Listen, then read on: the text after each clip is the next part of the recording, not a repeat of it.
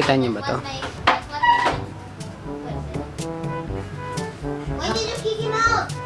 What did they... Kung nakakita niyo yung pagmumukha ko na medyo namamaga, nagpatanggal kasi ako ng wisdom tooth kahapon.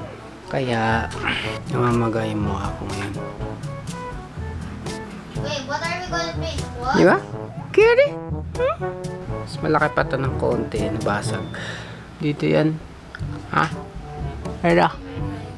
Buti na lang hindi masakit. Marie, buti hindi masakit yung panga ko. Magalang.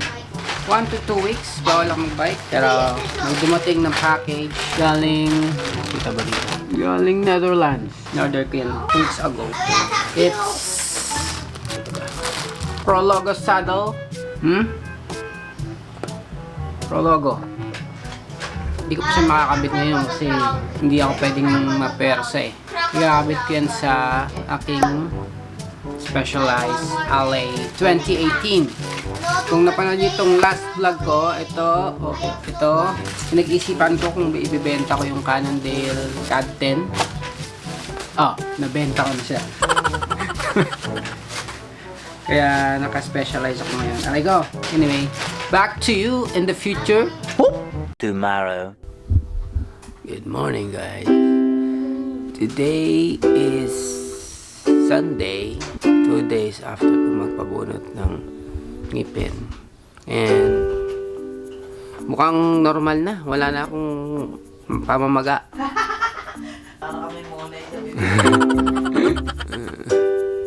Medyo maga.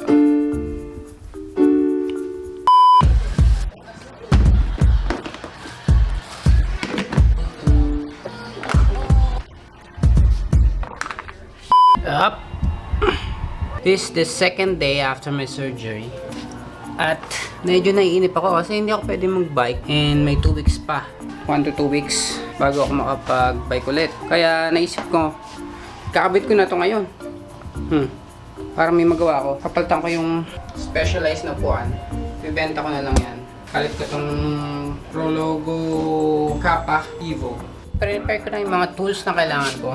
Set of measuring chuchu, ballpen, and paper. Kasi kailangan ko sukatin tong existing ko na fit ng upuan. Yung layo ng upuan na to, mula dito, yung taas niya, tsaka yung angle. Kasi eksakto na to eh, komportable na ako dito.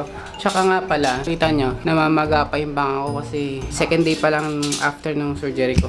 Sige, gagawin ko muna, susukatin ko muna.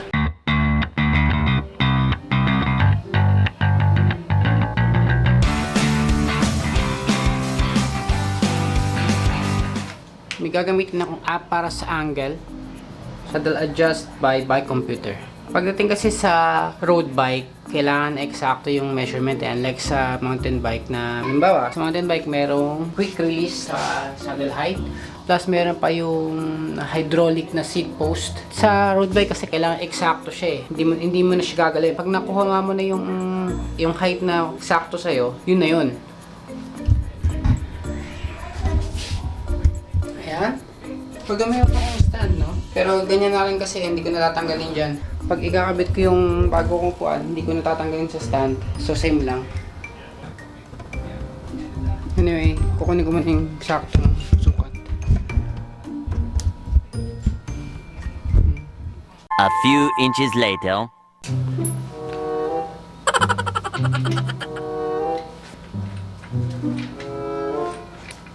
Andito si Pompom. Ay!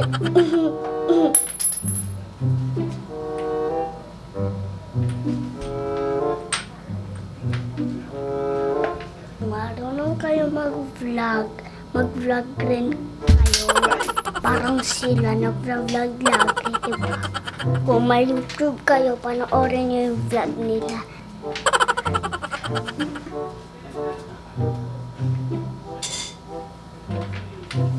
Malapit na daw siya. Hindi niya pa nakape. Uli pa.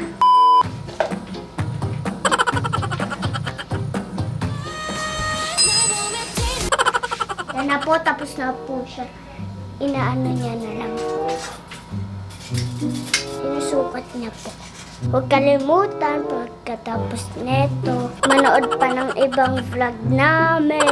Katulad yung banda. Kung napanood niyo na, edi huwag niyo na.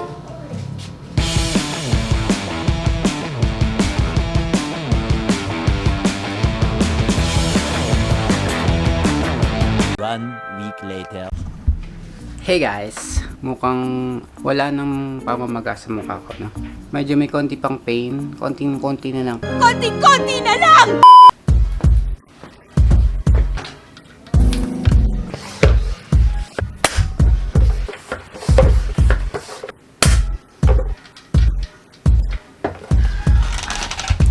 Days na after ng surgery, then pwede na ako mag-bike ngayon. Susubukan ko ngayon yung bago kong upuan.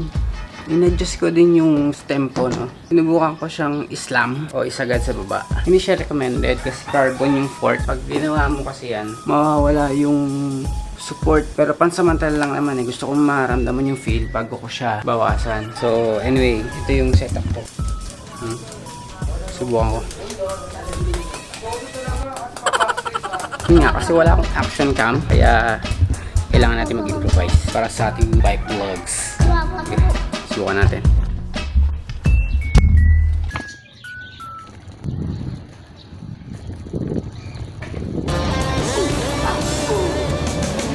So ayun nga, mukhang hindi siya ubra, kaya hindi ko napipilitin. Iiwanan ko na to. Sa aking malaking camera. Bike lang muna ako. Bye-bye!